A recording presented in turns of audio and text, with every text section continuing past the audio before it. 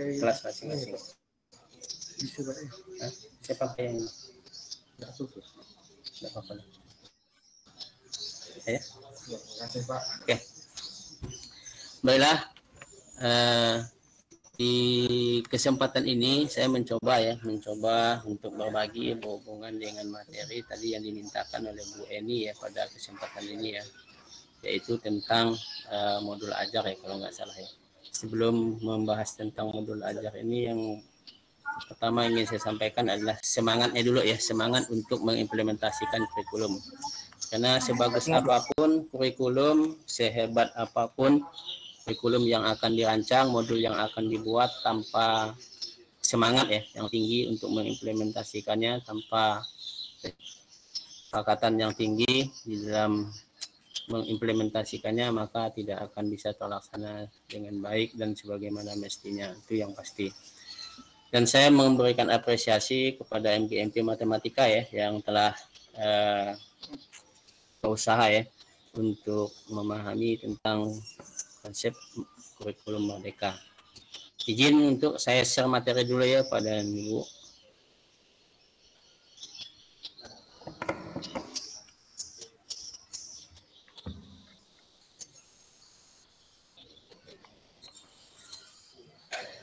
Kelihatan?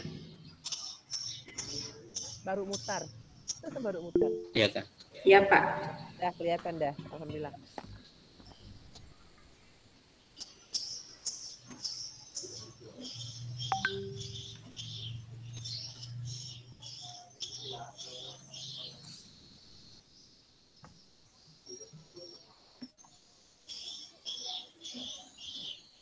Ini saya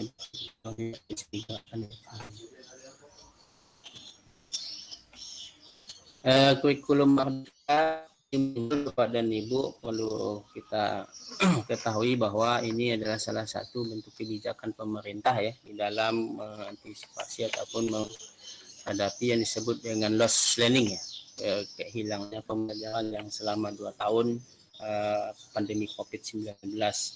Sehingga konsep daripada kurikulum merdeka ini adalah keterlibatan siswa di dalam pembelajaran. Di keterlibatan ini bagaimana mengaktifkan dan mengkolaborasikan di dalam pembelajaran yang melibatkan siswa secara utuh di dalamnya.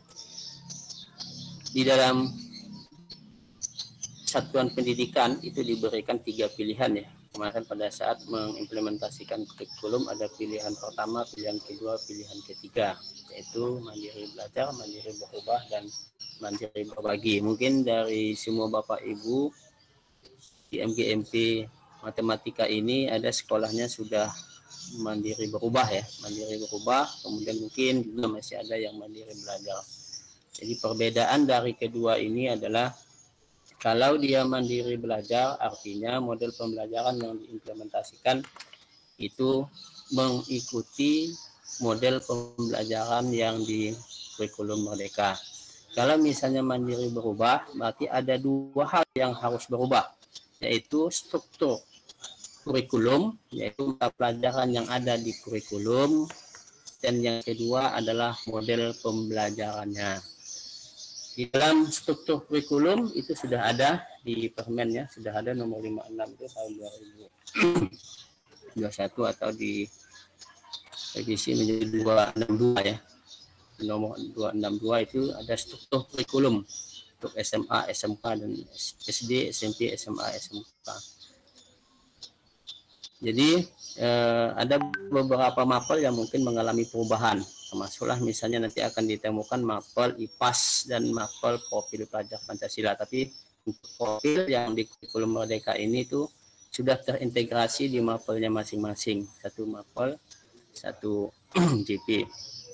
Tahu yang diimplementasinya itu 0,5 jam.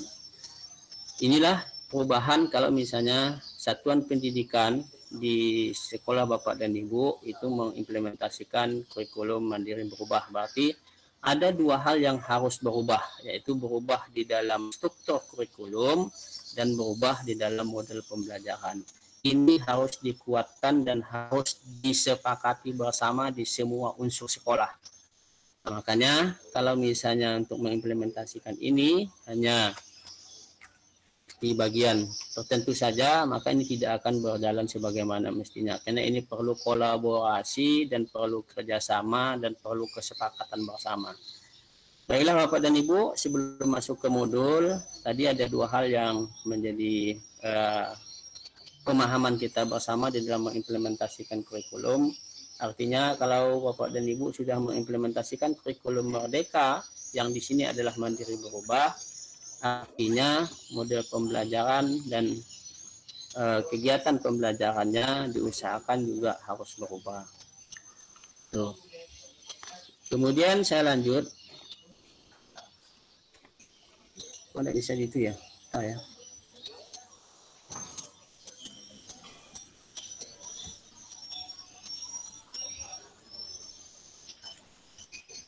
Lanjut Bapak dan Ibu, ini ada video saya lewatkan.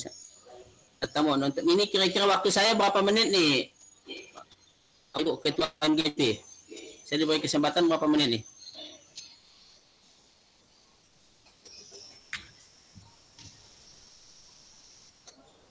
Halo?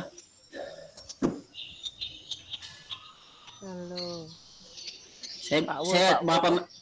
Saya berapa menit nih diberi kesempatan nih? 8 menit Bu Naila. Menit pertama boleh Pak Is. Ya. Boleh Pak. 30 menit boleh lah kali. Oke lah.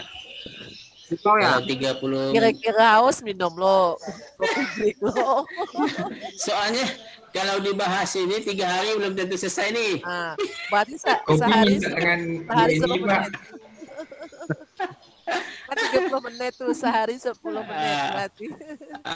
Ini videonya. Oke, saya langsung saja ke sini saja. Perangkat ada yang harus disiapkan. Ini banyak nih perangkat yang disiapkan oleh guru. Ini sudah biasa kita lakukan. Yaitu ada kalender, jadwal, program tahunan sampai dengan buku siswa. Oke. Ini ada 51 slide ini.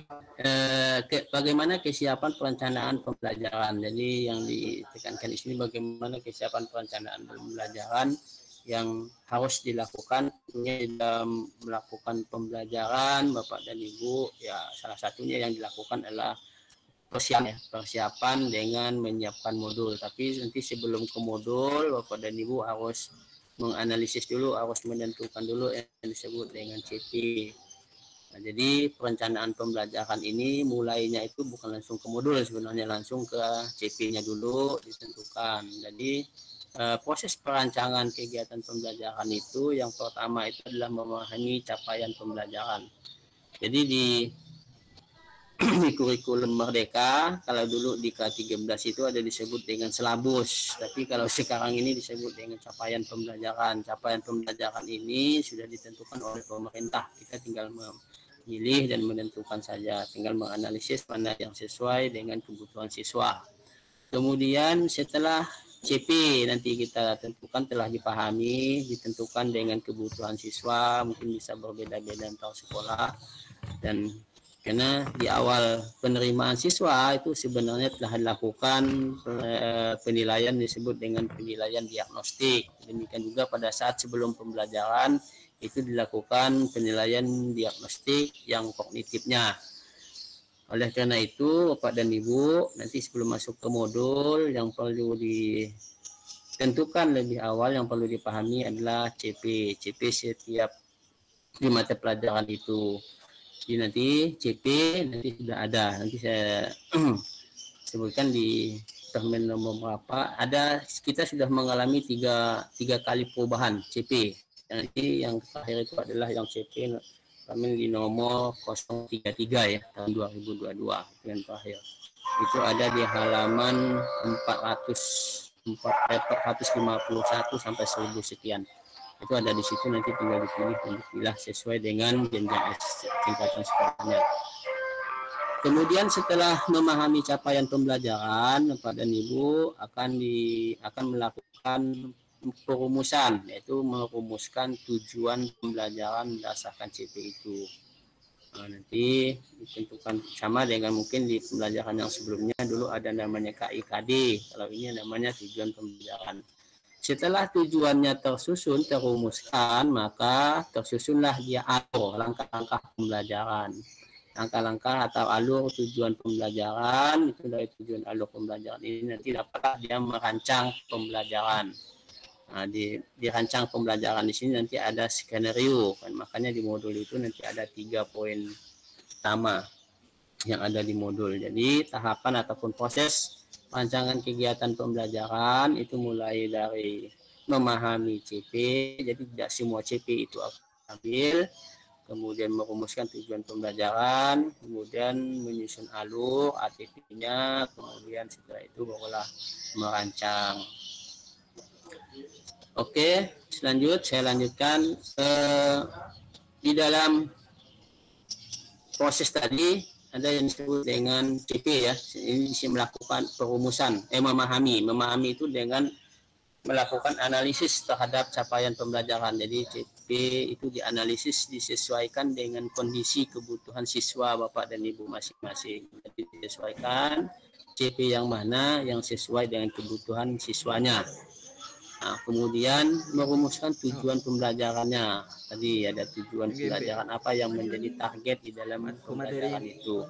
Setelah itu barulah dibuat alurnya, langkah-langkah kegiatan di dalam pembelajaran itu. Apakah nanti menggunakan C4, 5, 6. Di situ nanti ada langkah-langkah kegiatan. Di kurikulum Merdeka Bapak dan Ibu, kita ditekankan di sini bahwa kita fokus kepada C3 ya, C4 ya, C4 sampai dengan C6. Di C1, 2, 3 itu sudah dilewatkan.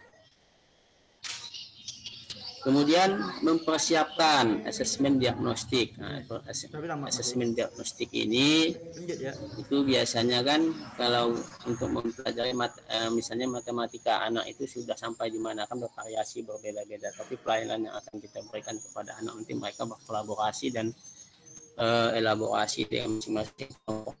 Nah, itu perlu mempersiapkan atau mengklasifikasikan dari hasil asesmen diagnostik kognitif ya, yang non kognitifnya itu mungkin yang hubungan di awal dan di atau di luar pembelajaran. Setelah itu barulah masuk ke modul ajar. Modul ajar itu kalau dulu RPP, rencana pelaksanaan pembelajaran, sekarang disebut dengan modul ajar karena di dalam modul ajar ini lengkap sampai dengan lampiran, nantinya ada glosari, kemudian daftar pustaka, atau dulu itu disebut dengan STP Plus ini namanya. Nah, di modul ajar nanti ada tahap-tahapnya, kemudian ini nanti alur merdeka dalamnya, ada alur merdeka. Kemudian menyusun bahan ajarnya. Bahan ajar itu apa yang akan disampaikan. Oke, saya lanjut.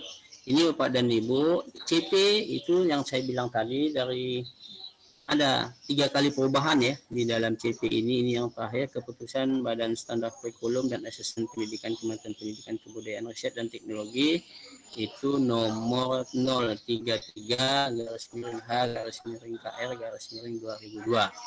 Inilah CP yang kita gunakan yang menjadi kita pedomani dari ini perubahan daripada CP nomor 008 ya. Nanti bisa di-download, dicek.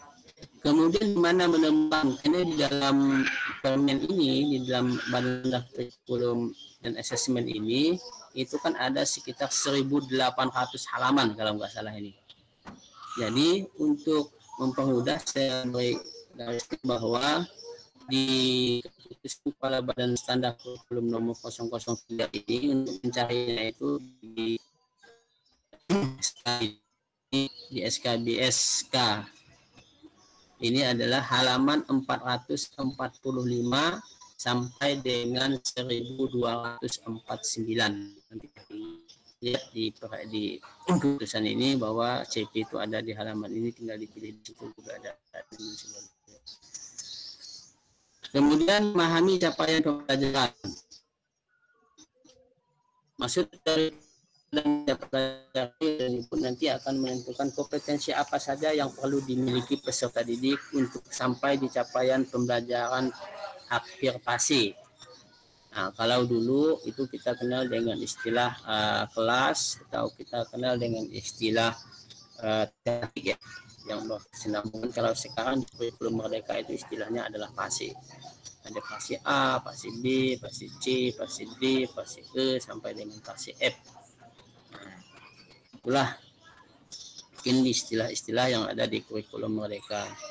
Jadi selain itu, yang perlu di dalam hal memahami capaian pembelajaran adalah kata kunci yang penting. Kata kunci yang penting dalam CP itu ada kata-kata penting yang menjadi KKO nantinya. Kemudian yang kedua, yang selanjutnya, apakah ada hal-hal yang sulit dipahami. Kemudian yang keempat, apakah capaian yang ditargetkan sudah biasa diajarkan. Yang ditargetkan itu nanti yang akan menjadi aksi nyata, hasil dari PBL-nya, yaitu project based learning-nya.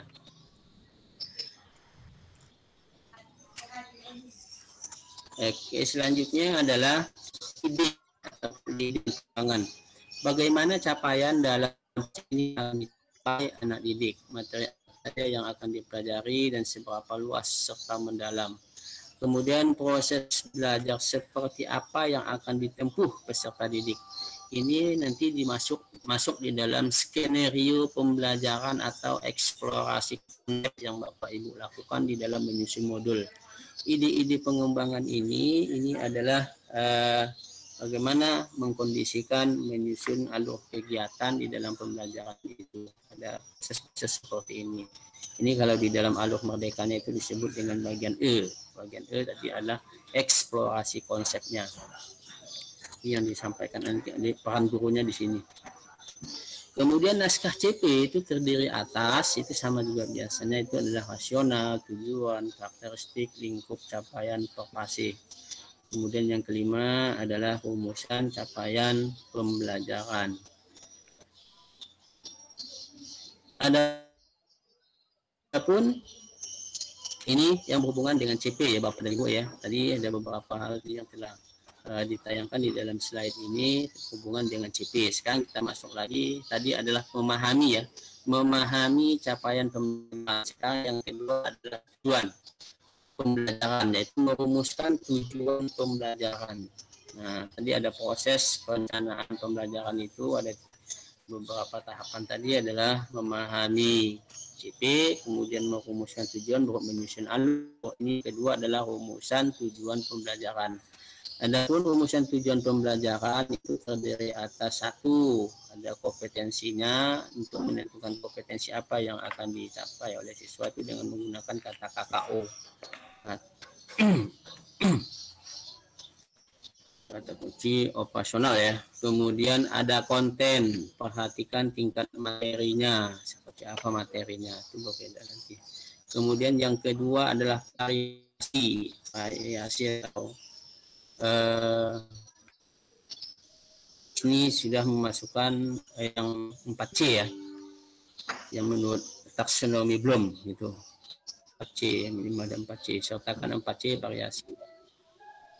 Jadi rumusan tujuan pembelajaran itu membuat tentang kompetensi, kemudian ada kontennya, kemudian ada variasi atau strateginya. Selanjutnya menurut taksonomi Bloom yang direvisi oleh Anderson dan Kurzweil itu menyatakan bahwa ada 6 level tingkatan C. Yaitu ada yang mengingat, memahami, mengaplikasikan. Berarti tadi minimal 4C. Yaitu mengaplikasikan, menganalisis, mengevaluasi, menciptakan. Jadi mengingat dan memahami tadi itu sudah dilewatkan. Artinya sekarang lebih kepada yang model hotnya. Tuh. Analisis capaian pembelajaran itu ada dua alternatif dalam melakukan analisis capaian pembelajaran. Satu, merumuskan tujuan pembelajaran secara langsung berdasarkan CP. Yang kedua, merumuskan tujuan pembelajaran dengan menganalisis kompetensi dan lingkup materi. Untuk merumuskan tujuan pembelajaran secara langsung berdasarkan CP itu ada alternatif 1, ini bukan matematika, ini bahasa Indonesia. Ini yang contohnya misalnya menganalisis dan pembelajaran, di situ kan kalau bahasa Indonesia itu ada menyimak, membaca, menulis dan sebagainya.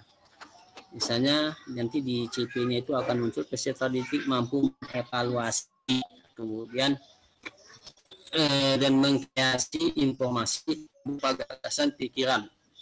Kata kunci mengevaluasi, mengkreasi, itu kata kunci KKO-nya. Kemudian di sini tujuan pembelajarannya menemukan perbedaan teks diksi. Kalau yang di PP1 atau tujuan pembelajaran 1 itu adalah menemukan perbedaan. Yang kedua mengevaluasi, yang ketiga mengkreasi. Nah, jadi muncul penjabaran daripada PP. Kemudian alternatif yang kedua, misalnya merumuskan tujuan dengan menganalisis kompetensi dan lingkup materi. Misalnya ini menyimak, tadi kan yang menyimak itu langsung ke capaian peserta didik itu yang di analisis adalah mengevaluasi dan mengkreasi. Jadi kompetensi apa yang nanti akan dibangun untuk CPI, mengevaluasi itu misalnya kompetensi apa, mengkreasikan apa. Lingkup materi ini terdapat pada materi apa biasanya. Jadi materinya itu bukan berdasarkan hanya di buku saja, boleh saja mungkin yang di lain. Itu yang jelas ini yang berhubungan dengan bahasa Indonesia ya. Kalau yang matematika mungkin dia materinya apa-apa ya, saya juga nggak ngerti ya. Matematika itu aljabar, bilangan, apalagi ya, hubungan dengan materi matematika lah ya yang ada ya. Kalau ini kan hubungan dengan bahasa, karena saya kebetulan bahasa.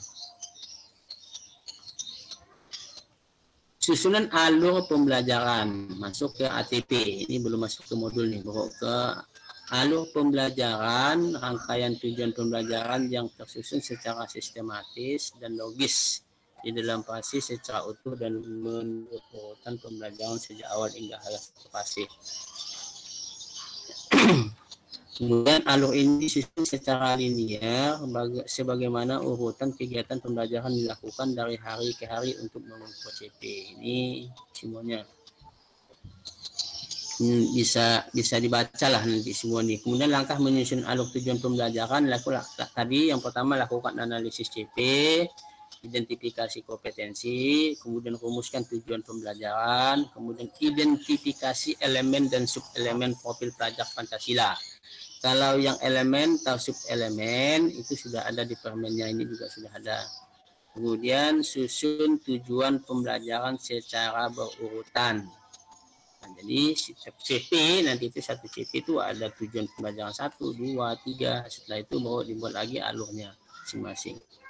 Jadi kalau digambarkan konsep alur tujuan pembelajaran itu adalah kompetensi dari kompetensi konten variasi. Jadi di fase A ini yang fase A ini kelas 1 dan kelas 2 SD. Tujuan pembelajarannya bisa yang 1, 2, 3, 4, kemudian 2.2, 2.1 dan seterusnya. Sampailah nanti di akhir fase itu akan mencapai capaian pembelajaran itu akan terpenuhi. Kompetensi yang diharapkan dapat tercapai oleh siswa di akhir fase.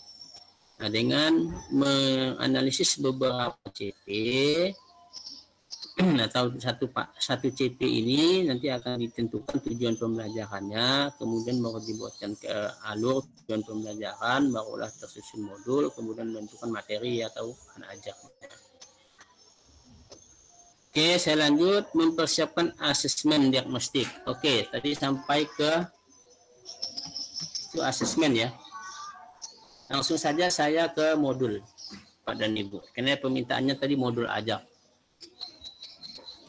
Oke, ini singkat saja karena waktunya tadi 30 menit. Modul ajar ada 3 poin penting di dalam modul ajar ini. Inilah poin-poin yang dapat di modul ajar. Yang pertama adalah informasi, yang kedua adalah komponen inti, dan yang ketiga adalah saran. Di dalam informasi umum itu memuat tentang identitas penulis, kompetensi awal, profil pelajar Pancasila.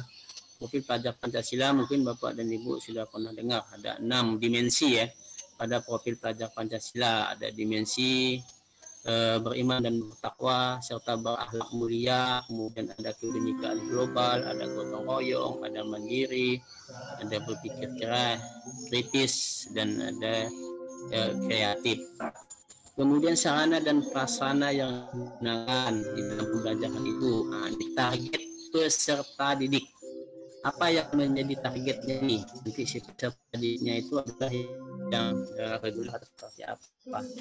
Kemudian model pembelajaran yang digunakan, apakah dia menggunakan model pembelajaran? Bisa tidak menggunakan digital learning di dalam kurikulum Merdeka? Ini kita coba menggunakan PBL, yaitu Project Based Learning, yang menggunakan alur Merdeka. M itu adalah mulai dari diri, kemudian E adalah eksplorasi konsep, kemudian E itu adalah D itu adalah yang inti itu tujuan pembelajaran. Nah, tadi yang disusun itu ada asesmen. Nah, asesmen tadi yang di atas ini belum saya masukkan ya, asesmen. Tujuan asesmen diagnostik ini pada Ibu. Kemudian pemahaman bermakna itu adalah apa yang dipahami terhadap peserta didik yang akan mengikuti pembelajaran itu. Nah, setelah itu ada pertanyaan pemantik. Ini kemudian barulah ada kegiatan pembelajaran. Kegiatan pembelajaran ini ada tahapan pembelajaran kalau pembelajarannya berproyek. Apakah nanti tahapan pembelajaran itu dengan menggunakan tahapan pembelajaran atau dengan menggunakan alur Merdeka. Kemudian tidak kalah penting harus ada refleksi. Jadi refleksi itu apa yang dirasakan oleh siswa pada saat pembelajaran, bagaimana mereka mempelajari materi itu, dan seterusnya. Itu di komponen inti. Kemudian di lampiran itu ada lembah kerja peserta didik, ada remedial dan pengayaan, kemudian ada bahan bacaan untuk guru dan untuk siswa. Kemudian ada glosarium, daftar istilah, mungkin kita menggunakan istilah-istilah yang ada di materi itu yang tidak digunakan. Jadi kita menggunakan daftar glosarium atau daftar istilah. Setelah itu daftar pustaka, sangat penting juga itu sumber-sumber materi yang diambil, bukan hanya berdasarkan buku paket, bisa saja misalnya dari jurnal, dari Google, ataupun dari materi-materi yang ada di internet, atau sumber-sumber lain yang bisa ditanggungjawabkan. Karena itu daftar pustaka juga sangat penting. Kemudian pertanyaannya, boleh nggak salah satu misalnya di identitas yang informasi umum ini dikurangi? Di sini sudah dijelaskan sistematika ini boleh dikurang atau ditambah. Namun disarankan idealnya komponen inti untuk dipertahankan agar memudahkan guru menerapkan prinsip pembelajaran dan menyusun asesmen. Jadi kalau misalnya di informasi umum, identitas, komponen, profil, sarana itu dikurangi, boleh nggak? Ya silakan, tapi diusahakan yang idealnya ya seperti ini. Nah, tapi untuk yang di komponen inti ini tetap dipertahankan, harus ada tujuannya, ada asesmennya, ada pemahaman makna, ada pemahaman asesmen yang digunakan seperti apa. Oke, mungkin itu sharing ini Mas, ini baru 25 slide, masih ada mungkin kena permintaannya tentang modul ya. Saya cukupkan sini dulu Bapak dan Ibu. Pemahaman tentang modul ajar. Oke, silakan. Cukup kali Bu Eni atau yang lainnya? Atau ya, ada tambahan lain lagi? Terima kasih Pak Is atas materi yang Bapak sampaikan. Mungkin ada teman-teman yang ingin menyampaikan sesuatu kepada Pak Is, boleh kami persilakan. Saya izin minum, enggak apa-apa kan? Iya, enggak apa-apa Pak. Atau bagaimana awal saya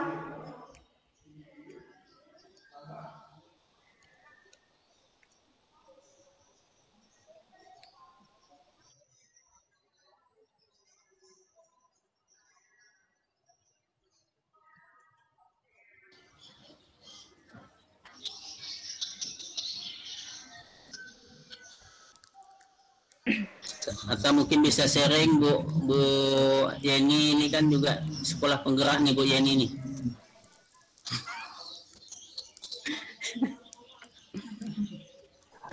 Iya Pak. Atau mungkin ada sharing yang lain karena ini perlu pemahaman konsep nih tentang kurikulum merdeka ini. Kayaknya udah sama lah dengan yang Bapak bilang. Intinya kalau dulu kita bikin RPP, sekarang namanya modul ajar. Modul ya. Tapi di dalam kurikulum merdeka ini Bapak dan Ibu tidak ada lagi penugasan itu mencatat ya, ingat ya, penugasan mencatat itu sudah tidak ada lagi. Nah, jadi skenario pembelajaran, makanya ada PBL dan PJBL ya. Ada enggak PJBL di SMA? Ada. PJBL itu misalnya di kimia, ada praktek. Tapi kalau di pembelajaran yang lain itu kan ada PBL itu, project based learning. Jadi project based learning pembelajaran itu melakukan project, bukan berarti hanya SMK yang boleh project, bukan. Harus dipahami project itu bukan proyek itu untuk rugi, tapi kalau project itu ada hasil dari yang dikerjakan siswa. Nah, kalau misalnya kita memahami kurikulum merdeka itu singkatan. M itu mulai dari diri, biasanya disebut dengan abstraksi. Kemudian E itu adalah eksplorasi konsep. Berarti di situ peran guru menjelaskan, menyusun skenario, mengatur tugas. Kalau R itu berarti ruang kolaborasi, siswa berdiskusi dan membentuk kelompok. D itu demonstrasi. Nah, siswa mencoba mendemonstrasikan masih di dalam kelompoknya. Di apalagi dia? Di E-nya lagi adalah elaborasi. Mereka berdiskusi atau bersharing. Elaborasi bersama-sama bergabung. Kemudian di K-nya ya, koneksi antar materi. Kemudian sampai dengan A yang terakhir adalah aksi nyata. Aksi nyata itu adalah hasil pekerjaan ya pada pembahasan materi yang disampaikan. Itu di pembelajarannya. Itulah di PBL-nya, project based learning-nya. Nah, jadi tadi saya sampaikan di awal bahwa di kurikulum merdeka ini harus ada dua yang berubah, yaitu struktur kurikulum, ada struktur kurikulumnya, kemudian yang kedua adalah kegiatan ataupun model pembelajarannya. Nah, mungkin itu pada Ibu, mungkin tambahan dari saya yang mungkin perlu kita samakan persepsinya di kurikulum merdeka. Mungkin lebih ke student center gitu ya Pak kalau sekarang. Hari ini bukan hanya student center, tapi melibatkan siswa di dalam pembelajaran. Semua pembelajaran itu melibatkan siswa. Nah, tadi di kurikulum merdeka itu yang eksplorasi konsep, itu yang peran gurunya. Yang di M, yang di D, yang di R, sampai dengan A, itu semuanya peran siswa. Sampai dengan aksi nyata, karena dalam kurikulum merdeka ini adalah pelibatan siswa di dalam pembelajaran. Berarti mereka yang melakukannya secara di dalam proses pembelajaran. Tuh. Jadi peran guru di situ hanya eksplorasi konsep, hanya menjelaskan di paparan yang di awal tadi dan menyusun skenario. Itu saja. Nah, itu mungkin tambahannya. Sama juga misalnya student center sih ya. Tapi student center itu kan dia itu harus disusun di dalam alur tujuan pembelajaran itu. Oke, itu mungkin tambahan dari saya, Bu.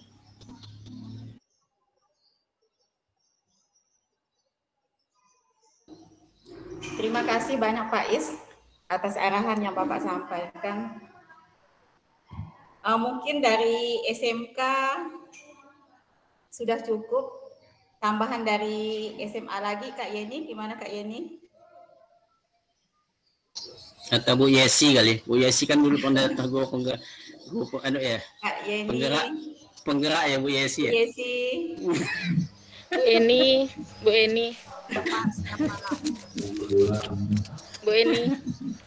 Kan, mungkin di sini kan ada ini ya, ada tim komite pembelajaran nih.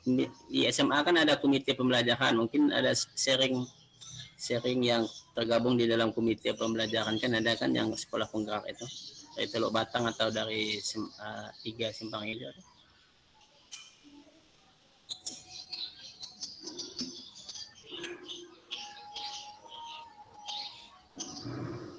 Atau ibunya Bu Rahadi nih, Bu Rahadi mungkin ada yang mau disampaikan.